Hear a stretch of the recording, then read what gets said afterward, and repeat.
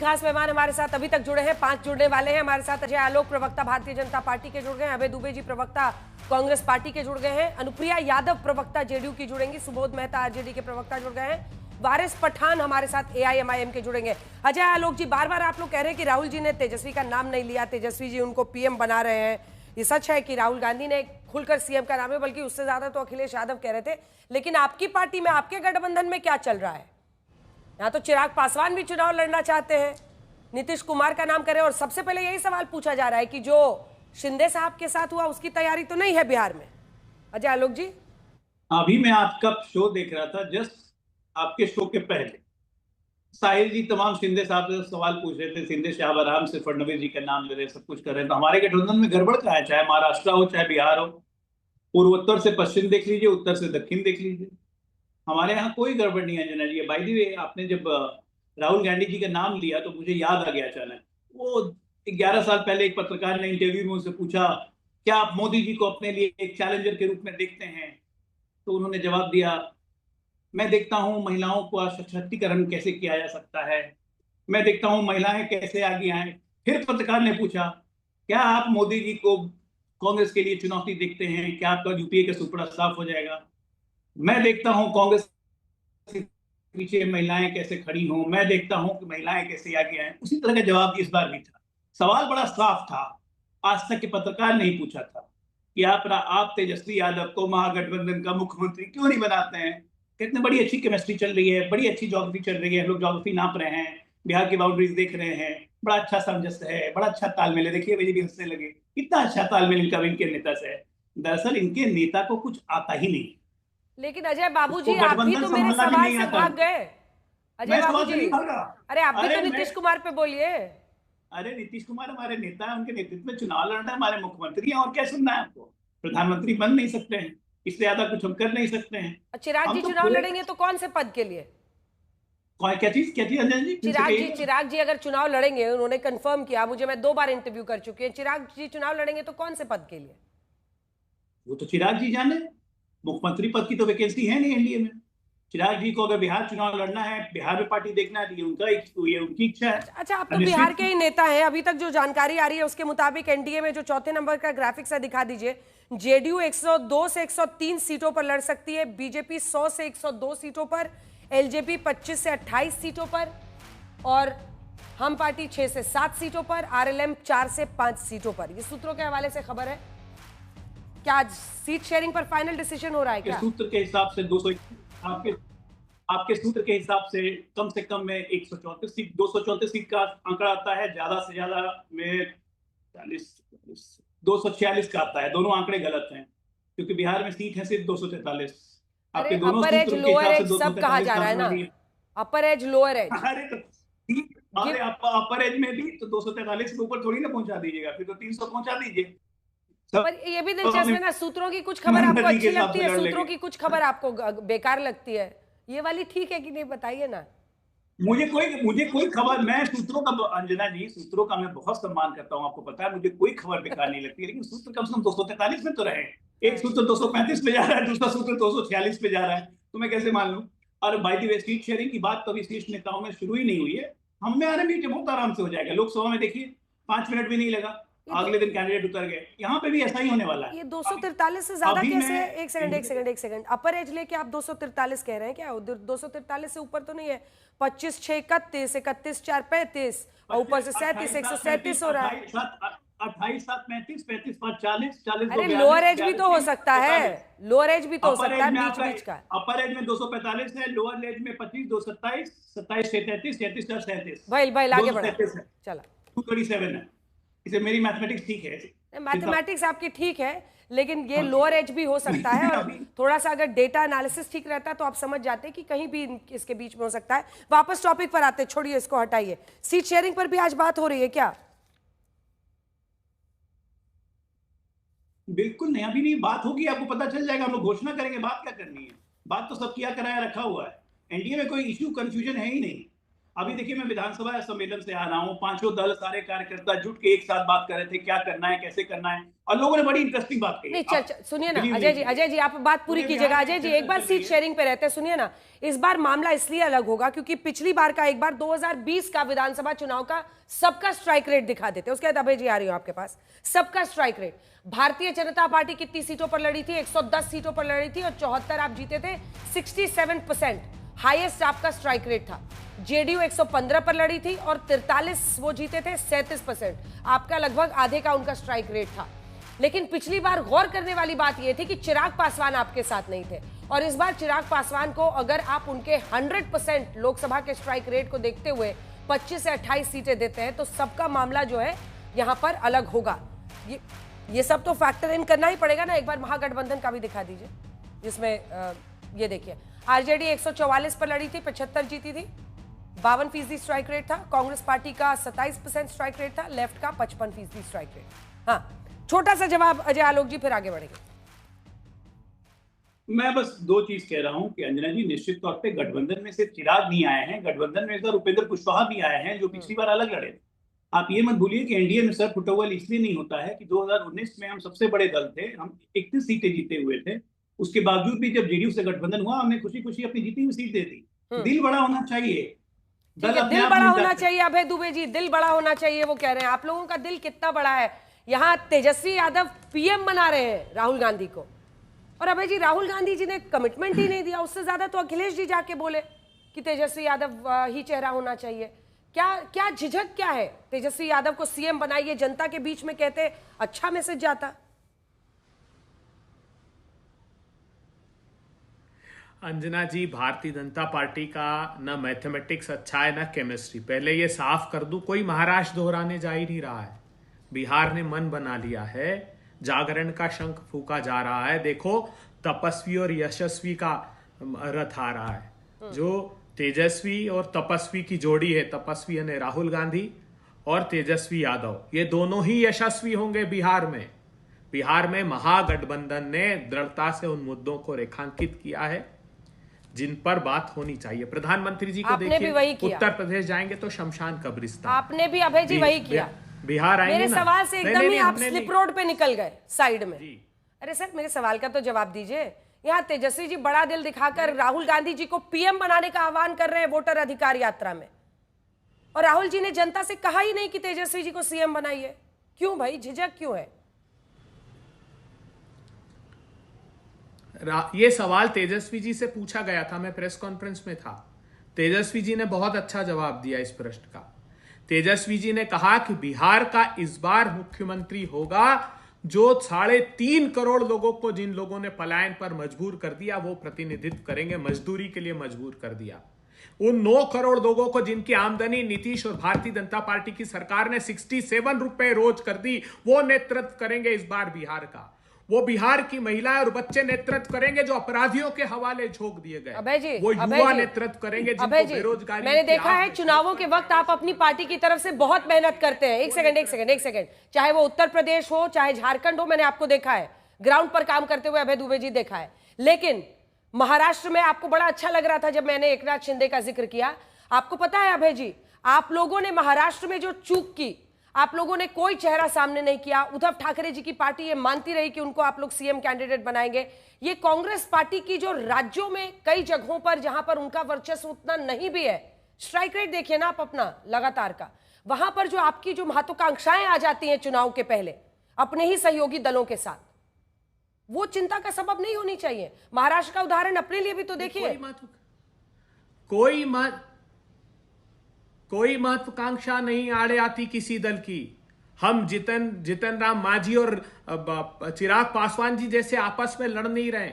हम डीएनए के टेस्ट नहीं करा रहे नीतीश कुमार की तरह। अभी थोड़े दिन पहले प्रधानमंत्री कहते थे कि इतना अश्लील बात की नीतीश कुमार जी ने, क्या बिहार की मां बहनें उनको वोट करेंगी? क्या बिहार की मां बहनें? और गले लगा लिया सत्ता की भूख मिटाने के लिए। तो यह अवसरवादी नहीं दल है जो महागठबंधन है, यह बिहार के लिए अवसर तलाश रहा है। मैं इसलिए कह रहा हूं 70,000 करोड़ रुपए का स्कैम बिहार में हुआ। और मैं नहीं कह रहा हूं, कैग ने पहली बार आजाद भारत के इतिहास में लिख दिया कि हमें गबन की आशंका है। यूटिलाइजेशन सर्टिफिकेट नहीं दिए इन लोगों ने। आप कल्पना करिए, बिहार के 86% स्पेशलिस्ट डॉक्टर नहीं है तो खुद डॉक्टर है, 60% डॉक्टर्स की कमी है, स्टाफ की कमी है। बिहार के दरवाजे पर मुजफ्फरपुर की बच्ची जिसको नोच दिया बलात्कारियों ने, रेंगते रेंगते उसने अपनी जान बचाई, और बिहार के पटना के मेडिकल कॉलेज के दरवाजे पर आई। 8 घंटे नीतीश और बीजेपी की सरकार ने हॉस्पिटल में प्रवेश नहीं दिया, दम तोड़ दिया एम्बुलेंस ने उस बच्ची की। उसका परिवार नेतृत्व करेगा अंजना जी इस बार।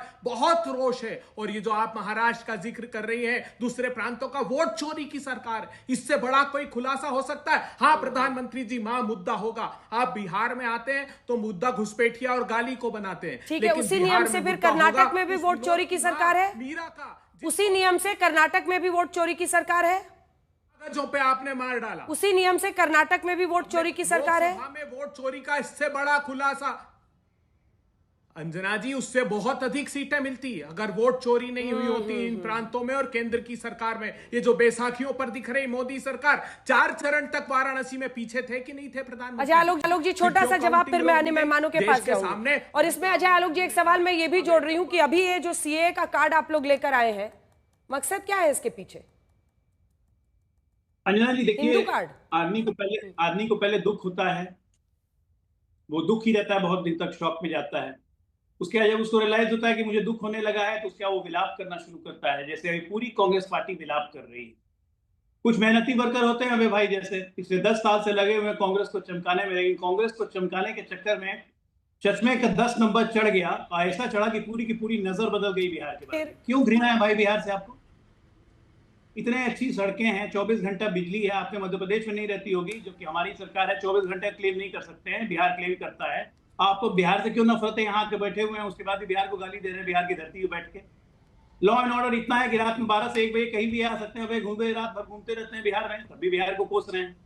लेकिन अच्छा अजय आलोक जी, आप कहाँ बैठे हैं? दिल्ली में कि पटना में? दिल्ली में बैठे हैं कि पटना में? अरे सुनिए ना, मैं पटना में बैठा हूँ।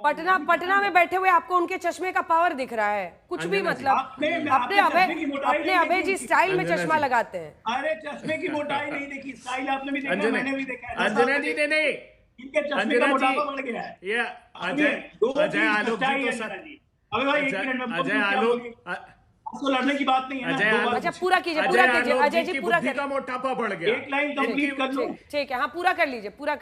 एक लाइन देखिए अभय जी, आप भी जानते हैं बिहार में अब इतने दिन से आप रह रहे हैं, 4 महीने से, मेरे यहाँ खाना खाने नहीं आए अभी तक, वो अलग बात है, लेकिन एक बात तो सच्चाई है। आप बुलाए थे खाने पे? बुलाए थे? नहीं बुलाया नहीं था, मैंने तो बुलाया था, इन्होंने नहीं बुलाया मुझे मध्य प्रदेश में। खैर मैं तो बुलाता, हम लोग बिहारी लोग हैं ना, अतिथि देवो भव हमेशा करते हैं। हम एनडीए हैं और आप एमजीबी हैं, महागठबंधन, ये सच्चाई है बिहार की, और बिहार की जनता जानती है। एनडीए मतलब नरेंद्र नीतीश दमदार असरदार है, और महागठबंधन मतलब मायूस गैंडी बैठा है। यही हाल है एनडीए और एमजीबी में, महागठबंधन में, और यही सच्चाई है। आप जितना विलाप करके बिहार में गए, विलाप की पराकाष्ठा निकली कि आपने मां की गाली देना शुरू कर दिया। ये विलाप की पराकाष्ठा थी, जो गांव देहात में होता है कि औरतें रोते रोते रोते रोते गालियां देना शुरू कर देती हैं, वही काम आप लोगों ने किया है। नहीं, वापस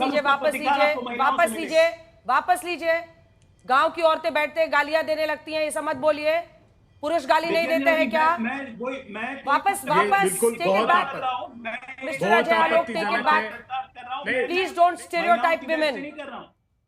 मैं बिल्कुल, there is nothing against women, don't say this. Kind of thing they have done. इन्होंने जो काम किया है, बिहार की महिलाएं इन्हें माफ नहीं करेंगी। कल हमारा पूरा का पूरा महिला मोर्चा इनके खिलाफ बंद निकाल रहा है। और देखिएगा, हम लोग तो कोई लुटेरे हैं नहीं, हम लोग तो कोई दंगावादी पार्टी है नहीं। एक टायर नहीं जलेगा, एक गाड़ी की शीशा नहीं टूटेगा, किसी को रोका नहीं जाएगा। लोग स्वतः पूरे बिहार में 12 बजे तक दुकान नहीं खोलेंगी कल, ये स्वतः प्रतिकार। अनुप्रिया यादव जी, जल्दी से अनुप्रिया यादव जी, क्या जेडीयू भी ज्वाइन कर रही है? ये जो भारतीय जनता पार्टी की तरफ से प्रधानमंत्री नरेंद्र मोदी की मां के अपमान में जो शब्द कांग्रेस पार्टी के मंच से बोले गए, उस मुद्दे को कल जब बंद का आह्वान हो रहा है, आपकी पार्टी भी शामिल हो रही है?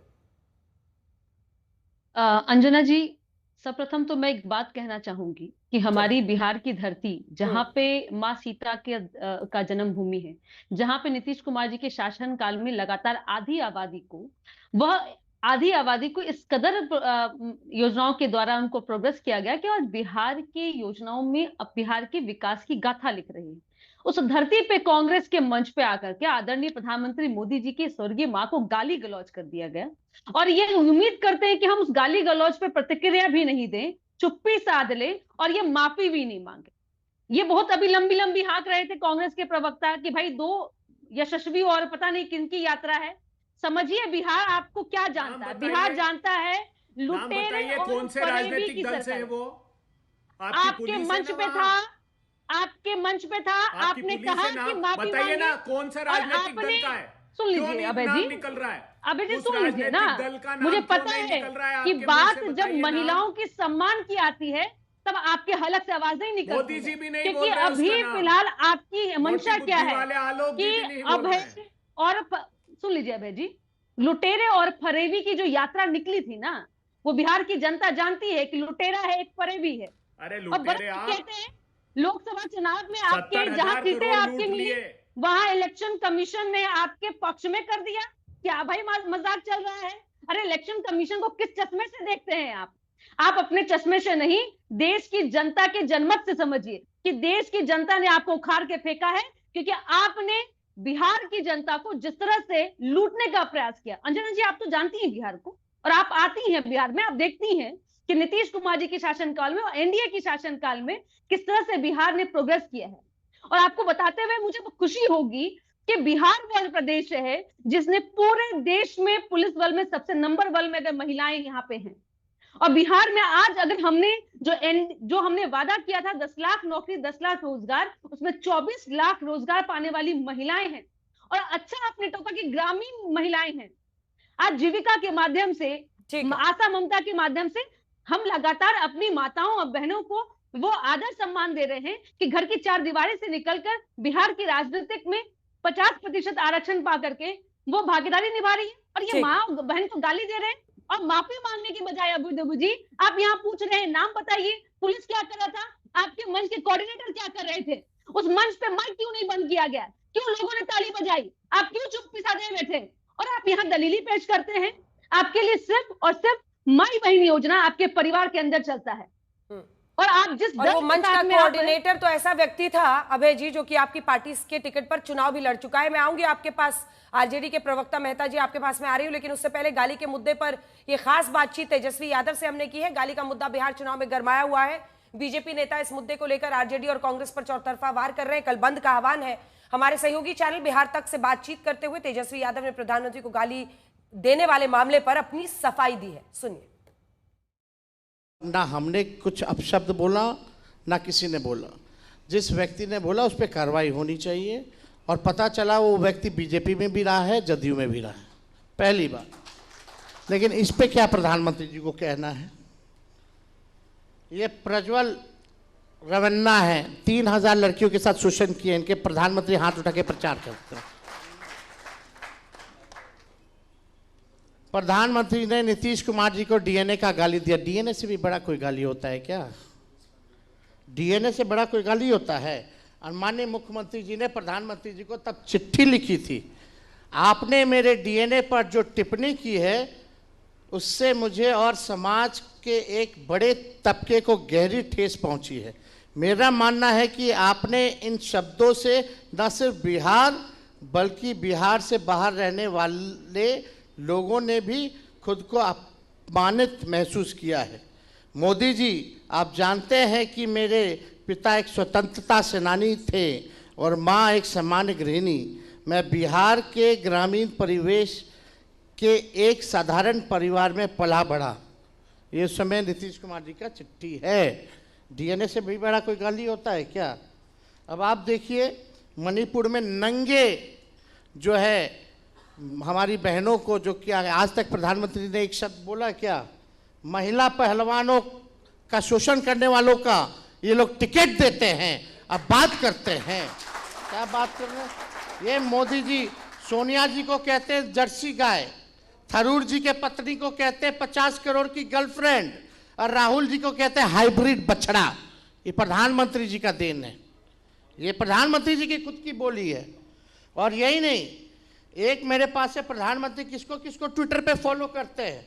ये अरविंद केजरीवाल जी की माँ की गाली दी जा रही है, जो ट्वीट करने वाला है, ये आप पढ़ नहीं सकते हैं, इतना घिनौना है। उसको नरेंद्र मोदी जी जो है फॉलो करने का काम करते हैं। और ये नहीं, हमारे बरखा दत्त जो है, जो महिला पत्रकार, उनको जो गाली देने वाले लोग हैं, उनको प्रधानमंत्री जो है फॉलो करते हैं। जो देश के उपराष्ट्रपति रहे हामिद अंसारी साहब, क्या क्या नहीं लिखा गया, उसको प्रधानमंत्री जो है देश के वो फॉलो करते हैं। अब पूछना होगा कि ये जो गाली देने वाले जो हैं वो प्रेरणा प्रधानमंत्री जी से लेते हैं या प्रधानमंत्री जी इन लोगों से प्रेरणा लेकर के इन लोगों को फॉलो करते हैं। और यही नहीं, हरियाली आंसू बहा रहे हैं यहाँ के प्रदेश अध्यक्ष, रो रहे थे, बहुत भावुक हो गए थे। कुछ दिन पहले यही प्रदेश अध्यक्ष क्या बोले, हम गाली बोलने वाला डिक्शनरी, अपने आप को गाली बोलने वाला डिक्शनरी बोले थे ना जी, सच बोल रहे हैं ना, मेरा शब्द तो नहीं। कुछ दिन पहले अभी विधानसभा चला, बीजेपी के विधायक जनक सिंह ने मेरे को मां बहन की गाली दी। क्या कार्रवाई हुआ? इनमें से कितने नेताओं पे कार्रवाई हुआ?